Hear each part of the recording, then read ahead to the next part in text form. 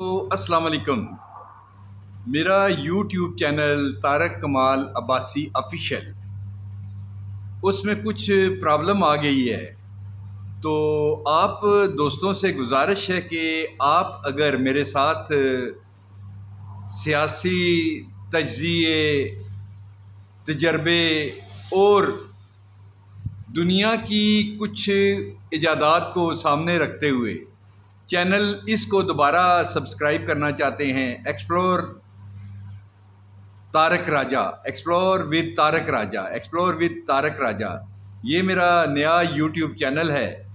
اس میں آپ کو سیاسی لحاظ سے ہر طرح کی چیزیں ملیں گی جو آپ کے ذہن کی عکاس ہوں گی.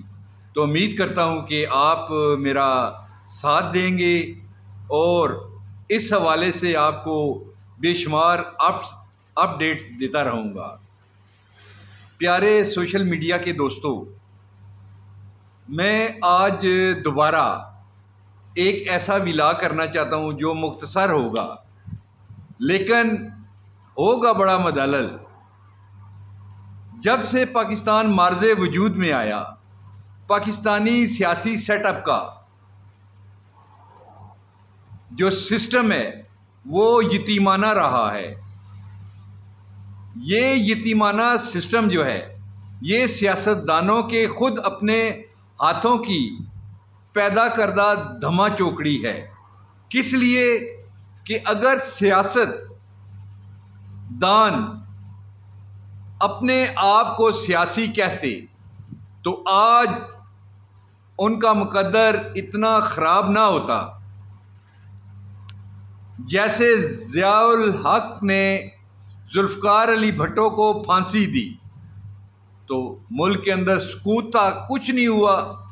چند لوگ باہر نکلے، پیپل پارٹی ضیاء الحق کی شورا کے اندر آ گئی.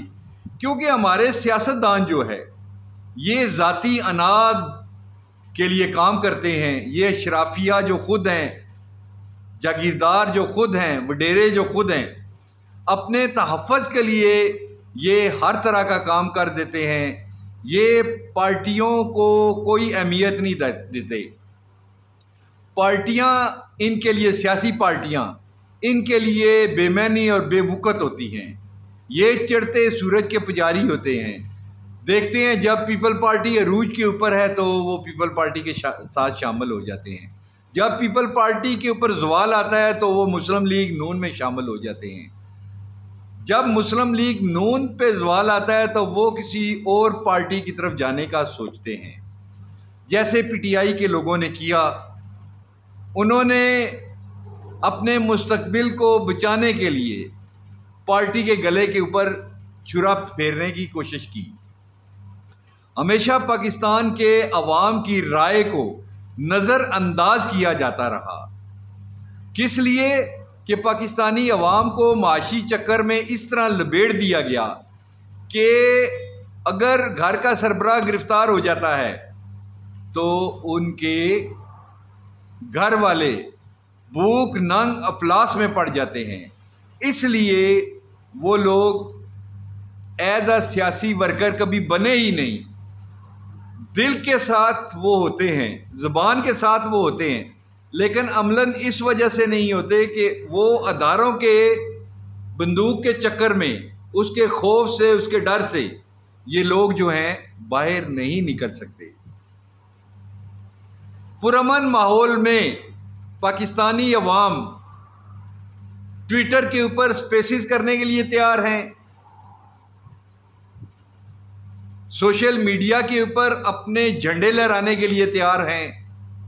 لیکن جب ان کو کہا جائے کہ چلیں بھائی عملی میدان میں نکلیں تو وہ کہیں گے نہ بابا نہ، گولی لگتی ہے، ڈنڈا پڑتا ہے، اوئی ہوتی ہے. تو کہنے کی بات یہ ہے کہ جس طرح کے عوام ہوتے ہیں اللہ اس طرح کے ان پہ حکمران نافذ کرتے ہیں. تو دوستو، یہ آپ کا قصور نہیں ہے، یہ میرا قصور نہیں ہے. یہ ہمارے اندر ایز اے قومیت مضبوط قسم کا عزم لے کر چلنے والی قوم نہیں. کیونکہ بنیادی طور پہ الٹریٹ قوم ہیں ہم بکھری ہوئی قوم ہیں، ہم ہجوم ظاہر کرنے والی قوم ہیں۔ جو قوم پیسوں کی خاطر ڈاکو بن کے ڈاکٹر کو قتل کر دیتی ہے، لوگوں کو یتیم کر دیتی ہے،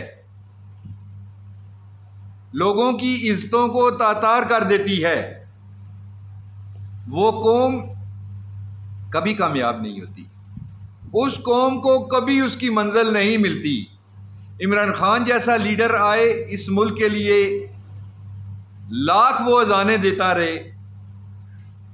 اس کی مثال آخر میں اس طرح دوں گا کہ ایک قاری صاحب نے ایک علاقے میں بے نمازی لوگوں کو کہا، آپ 40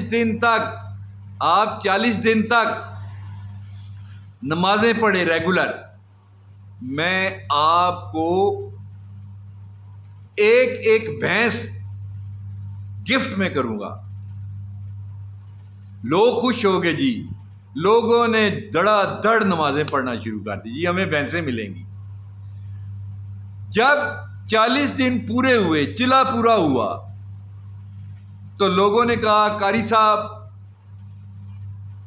اب انعام دینے کا وقت ہے، بھینسیں دینے کا وقت ہے، تو دیجئے بھینسیں۔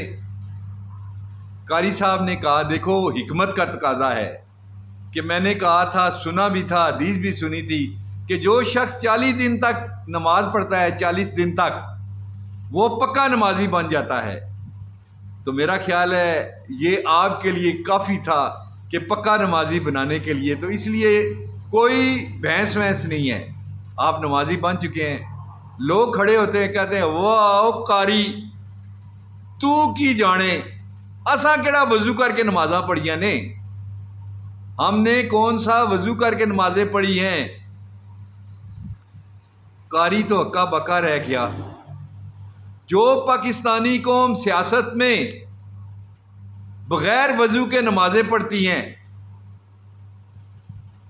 اس کا کیا اشر ہوگا؟ یہی اشر ہوگا نا۔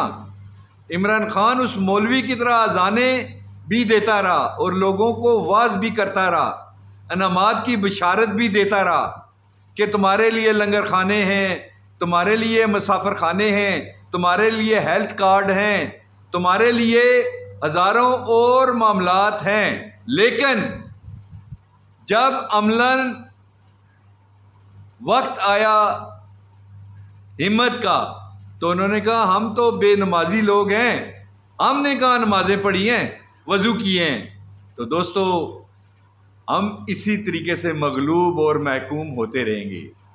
آنکھوں کے سامنے حضرت امام حسین کی طرح خون بہتا جائے گا، لیکن کچھ بھی نہیں ہوگا۔ مجھے سلطان صلاح الدین کی ایوبی کی ایک بات بہت پسند ہوتی ہے، مجھے ظالم سے بھی نفرت ہے اور مظلوم سے بھی نفرت ہے۔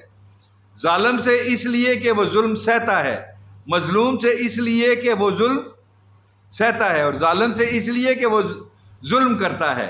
تو دوستو آج وقت آ گیا عمران خان کو گرفتار کرنے کا۔ گرفتار ہو جائے گا، اس نے اپنا تن من دھن سب کچھ پاکستانی عوام کے لیے قربان کیا، لیکن پاکستانی عوام سمن بکمن امجن فہم لا یرجعون والی بات کرے گی، اسفل سافلین والی بات کرے گی۔ اللہ تمہارا حامی و ناصر ہو۔ عمران خان دعا کر سکتے ہیں اور کچھ بھی نہیں کر سکتے۔